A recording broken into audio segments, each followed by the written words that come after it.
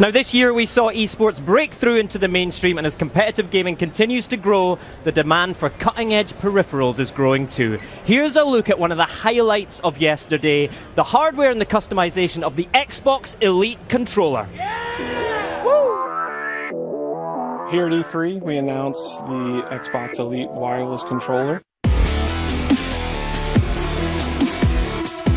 What we did was we took the basic controller we have today, added on to it, and improved it. I think the first comment I always get is it's heavier. And it is. Most of the things we've added are steel. When you add these higher quality parts, you're going to add weight.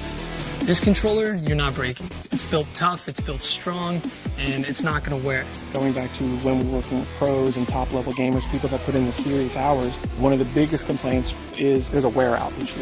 When I was competing, I would go through a controller every 3 months. The wear and tear from the analog sticks would just make your controller really grind around the edges. So your analog stick wouldn't be able to have that smooth transition when you're aiming at someone. What we did was we actually inserted this low-friction material into the top housing that when mixed with the steel, you get almost no wear. The feel is a buttery smooth feel.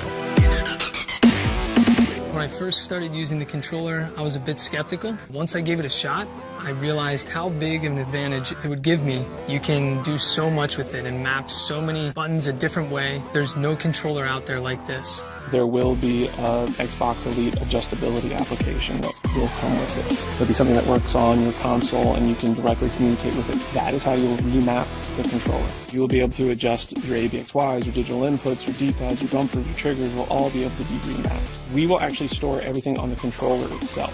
It's not stored in the console, which means there's no lag. Anything you adjust in the application, you can then save it, name it. Not only can you have the one profile on here, you can actually save two.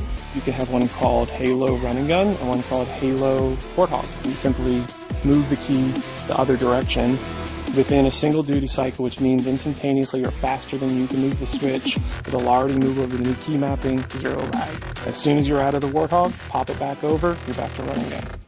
When we started this, we started from day one, going to actual top leaderboard people's houses, did interviews, watched them play, record them, asked them how they would use it. Then we actually went to the pros. We said, what would you do? What would improve your game? What would take it to the next level?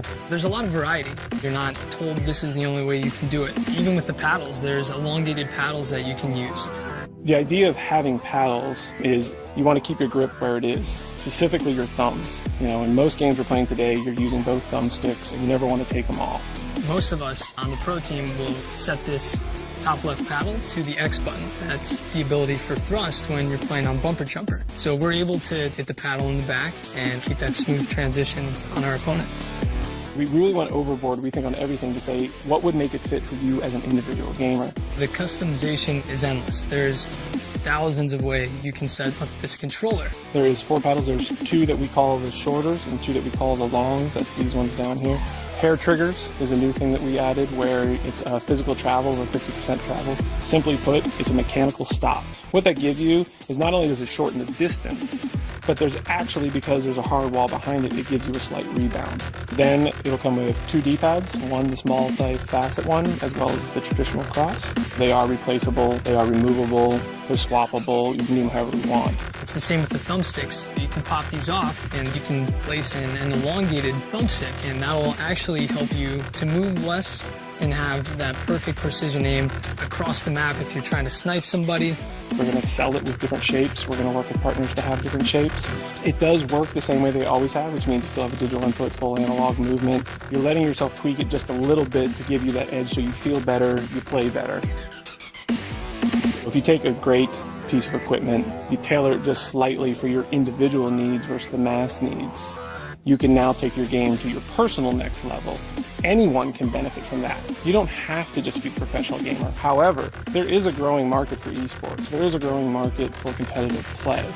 What we built here, we believe can do both. We're really excited to launch this. I think from day one, ground up, we designed this with the pros and the aspirational esport enthusiasts in mind. It's not about how Microsoft or Xbox is telling you how to play. It's not how a game title is telling you how to play.